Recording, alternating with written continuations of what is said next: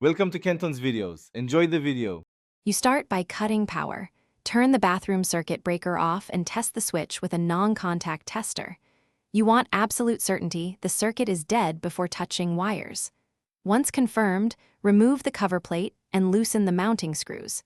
Make sure to note which wire was on which terminal. A quick photo helps. You'll also strip about 1/2 inch of insulation if needed. Keep the new switch and your tools within reach, so the next steps go smoothly.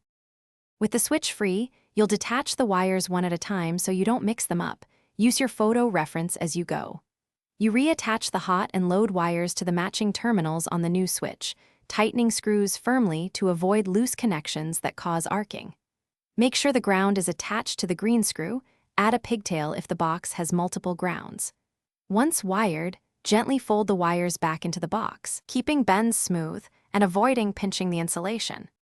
You now fasten the switch into the box and reinstall the cover plate, but don't fully tighten until you test.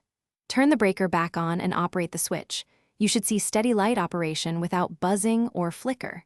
If it buzzes or the light doesn't work, shut power off immediately and recheck your terminal tightness and wire placements. Make sure the neutral and hot aren't swapped. If problems persist after verifying connections, replace the switch or get a licensed electrician to inspect the circuit. Thanks for watching. Consider subscribing if we helped you.